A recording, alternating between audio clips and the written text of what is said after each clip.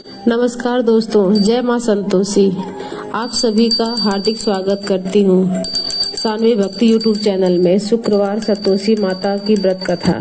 अगर आप शुक्रवार व्रत करते हैं तो शुक्रवार के व्रत की कथा अवश्य सुननी या पढ़नी चाहिए। ऐसा करने से माता की पूजा अर्चना संपूर्ण होती है। इस वीडियो में हम आपको संपूर्ण व्रत कथा के बारे में बताएंगे। आइए जानते हैं शुक्रवार के व्रत की कथा के बारे में। एक गांव में एक बुढ़िया रहती थी जिसके 7 बेटे थे। 6 बेटे कमाने वाले थे और एक बेटा निकम्मा। बुढ़िया माँ 6 पुत्रों को जूठा 7वें पुत्र को देती थी। 7वां पुत्र एक दिन अपनी पत्नी से बोला, देखो मेरी माता का मुझ पर कितना प्रेम है। वह बोली, क्यों नहीं, सबका जूठा हुआ तुमको जो खिलाती है। वो बोला, जब तक मैं अपनी आंखों से नहीं देखूंगा मैं नहीं मानूंगा। कुछ दिन बाद एक बड़ा त्योहार आया। घर में 7 प्रकार के भोजन और चूरमा के लड्डू बने। वह पत्नी को अपने पास बुलाया और सिर दर्द का बहाना बनाकर कपड़ा सिर पर लपेटकर रसोई घर में जाके सो गया। कपड़े में से सब देखता रहा। 6 भाई भोजन करने आए। उसने देखा माँ ने उसके लिए सुंदर सुंदर आसन बिछाए, 7 प्रकार की रसोई परोसी और आग्रह करके भोजन उन्हें कराती रही।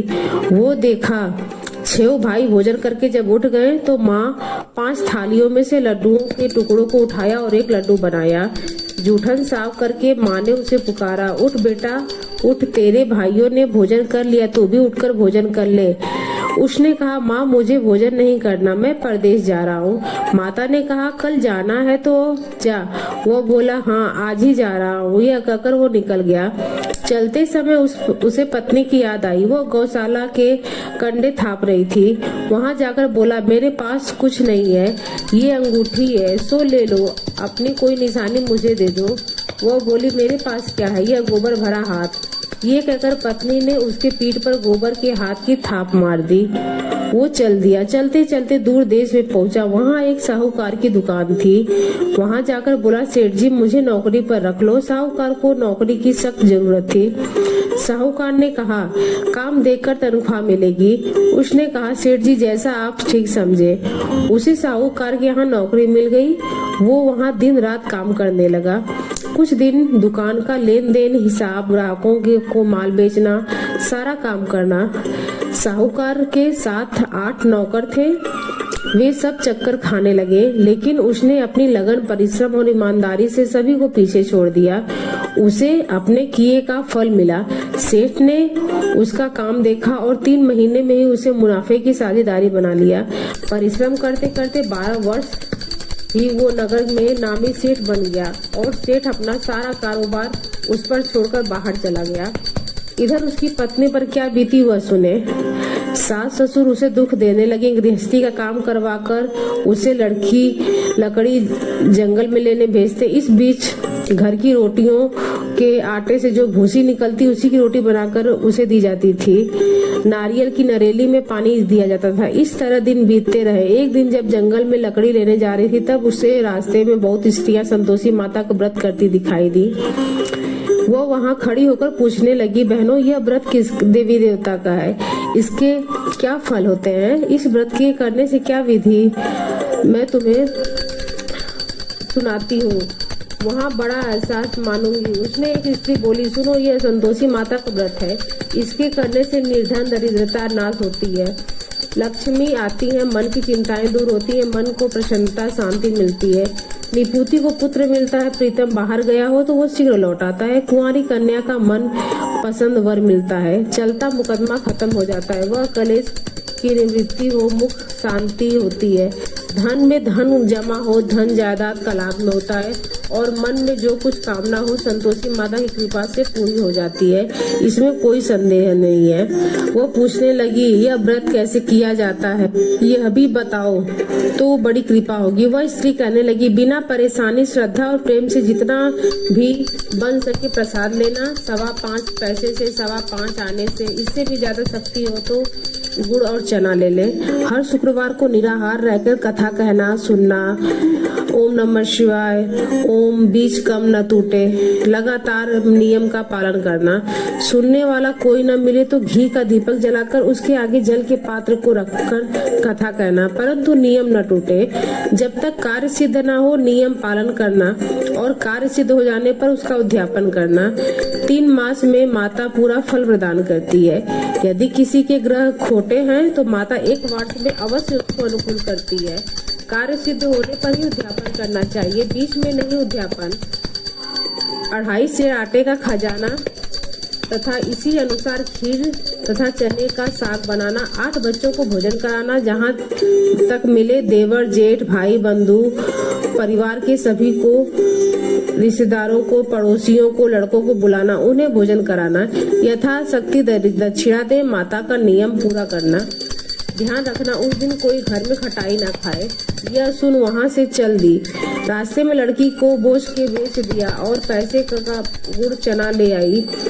व्रत की तैयारी करने लगी। रास्ते में संतोषी माता के मंदिर में जाकर चरणों में लौटने लगी, विनती करने लगी, माँ मैं दीन हूँ, निकुट हूँ, व्रत के नियम नहीं जानती, मैं बहुत दुखी हूँ, मेरा दुख दूर कर, मैं तेरे शरण में आई हूँ।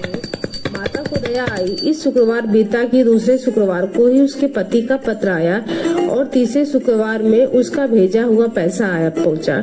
यह देखकर जेठानी मुंह सिकोड़ने लगी। इतने दिनों बाद आया भी तो पैसा, इसमें क्या बड़ाई है। लड़के ताने देने लगे। काकी के पास अब पत्र आने लगे हैं, रुपया आने लगा है, अब तो काकी की खातिरदारी बढ़ेगी, अब तो काकी बुलाने से भी नहीं बोलेगी। बेचारी सरलता से कहती, भैया पत्र आए, रुपया आए तो हम सबके लिए अच्छा है। ऐसा कहकर आंखों में आंसू भरकर संतोषी माता के मंदिर में जा पहुंची। मातेश्वरी के चरणों में गिरकर रोने लगी। माँ, मैंने तुझसे पैसा नहीं मांगा था, मुझे पैसे से क्या काम, मुझे तो अपने सुहाग से काम है, मैं तो अपने स्वामी के दर्शन करना चाहती हूँ। तब माता ने प्रसन्न होकर कहा, जा बेटी, तेरा स्वामी जल्दी आएगा। यह सुन खुशी से बावली होकर वह घर में काम करने लगी। संतोषी माँ का विचार करने लगी, इसी भोली पुत्री से मैंने कह तो दिया कि तेरा पति शीघ्र आएगा, पर आएगा कहाँ से, वह तो इसे स्वप्न में भी याद नहीं करता। इसे उसकी याद दिलाने के लिए मुझे ही कुछ करना पड़ेगा। संतोषी माता ने उस बुढ़िया के बेटे को स्वप्न में समझाया, पुत्र तेरी घरवाली कष्ट उठा रही है। यह बोला है, हाँ माता, यह तो मुझे भी मालूम है, परंतु मैं क्या करूँ, कैसे जाऊँ, परदेश की बात है, लेन देन का सारा हिसाब है, कोई रास्ता नजर नहीं आ रहा, आप ही कोई राह दिखाइए। माँ कहने लगी, सवेरे नहा धोकर संतोषी माता का नाम का एक घी का दीपक जलाकर उसे प्रणाम करना और बैठना। देखते देखते तेरा सारा लेन देन चुक जाएगा, जमा माल बिक जाएगा, सांझ होते होते धन का ढेर लग जाएगा। वह अगले दिन सुबह जल्दी उठा। उसने अपने मित्र बंधुओं को, परिचितों को सपने के बारे में बताया। वे उनकी बात सुनकर उनकी खिल्ली उड़ाने लगे। वे कहने लगे, कहीं कहीं सपने की बात सच्ची होती है।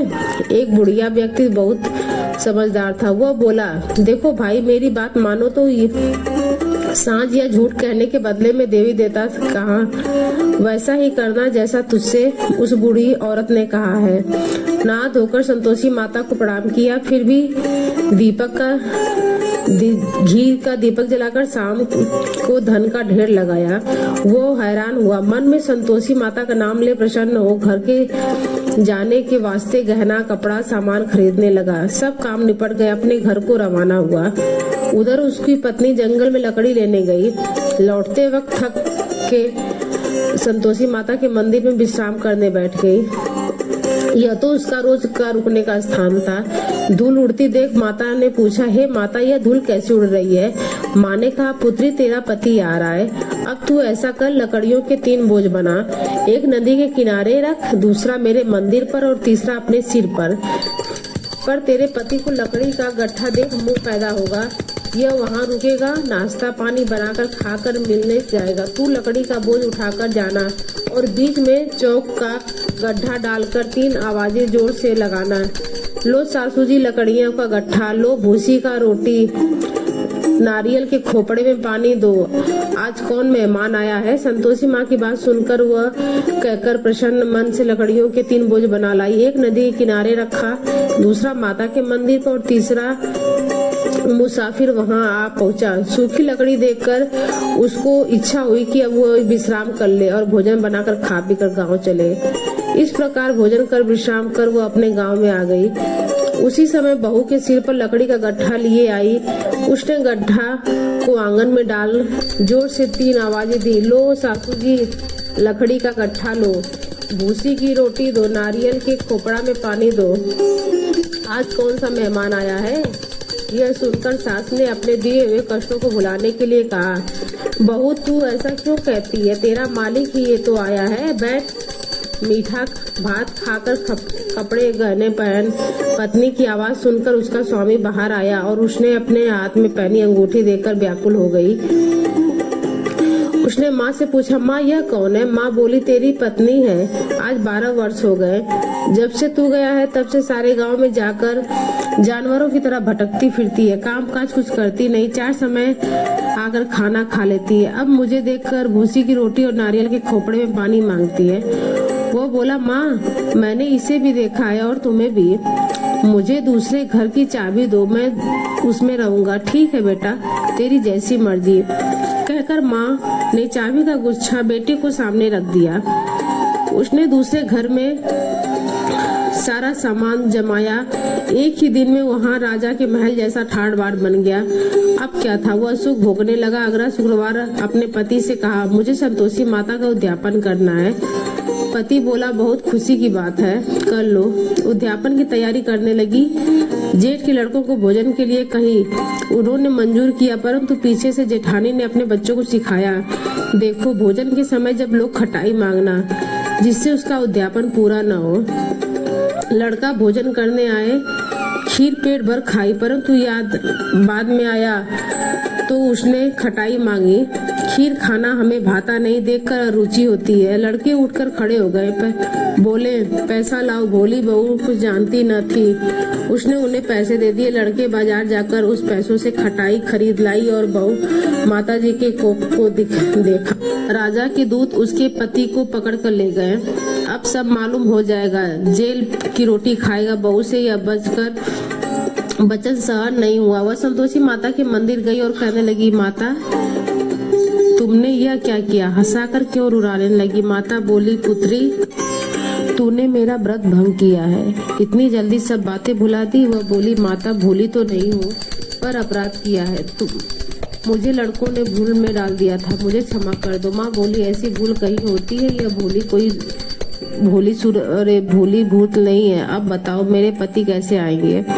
माँ बोली, पुत्री जा, तेरा पति तुझे रास्ते में आता मिलेगा। वह मंदिर से निकलकर बाहर आई तो रास्ते में उसने अपने पति को आता देखा। उसने पूछा, कहाँ गए थे? वो बोला, इतना धन कमाया था, उसका कर राजा ने मांगा था, वो भरने गया था। वो प्रसन्न होकर बोली, भला हुआ, अब घर चलो। फिर अगला शुक्रवार आया, तब बोली, मुझे माता का उद्यापन करना है। पति ने कहा, ठीक है करो। वह फिर से जेठ के लड़कों को भोजन कराने के लिए बुलाई। जेठानी ने लड़कों को सिखा दिया कि तुम पहले ही खटाई मांगना। लड़के भोजन करने बैठे। भोजन करने से पहले ही कहने लगे, खीर पूरी नहीं भाती, जी बिगड़ता है, कुछ खटाई खाने को दो। यह बोली, खटाई खाने को नहीं मिलेगी, खाना हो तो खाओ। उनको उठकर चले जाने पर उन्हें ब्राह्मणों के लड़कों को बुलाकर भोजन कराया। दक्षिणा की जगह वह एक एक फल दिया। इससे संतोषी माता प्रसन्न हुई। माता की कृपा से 9 महीने बाद चंद्रमा के समान एक पुत्र प्राप्त हुआ।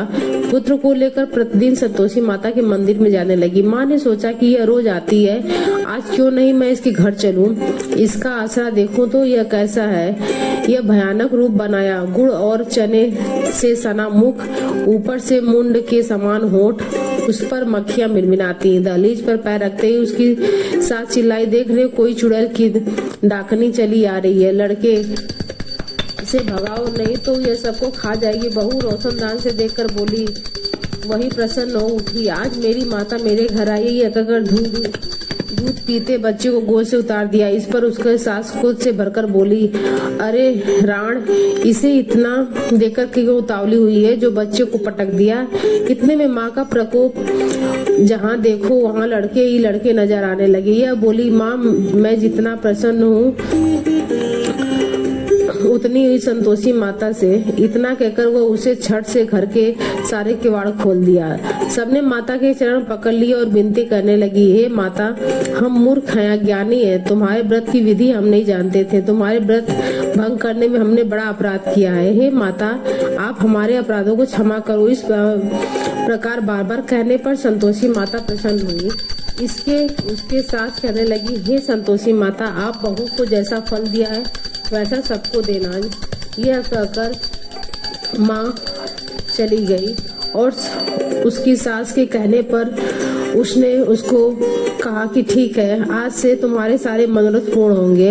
अगर आप हमारे चैनल पर पहली बार विजिट कर रहे हैं तो हमारे वीडियो को लाइक जरूर करें और चैनल को सब्सक्राइब करके बेल आइकन दबाना ना भूलें, ताकि आने वाले सभी भक्ति वीडियो आपको सबसे पहले मिल सके। जय माँ संतोषी। संतोषी माँ की कृपा आप पर हमेशा बनी रहे। जय माँ संतोषी।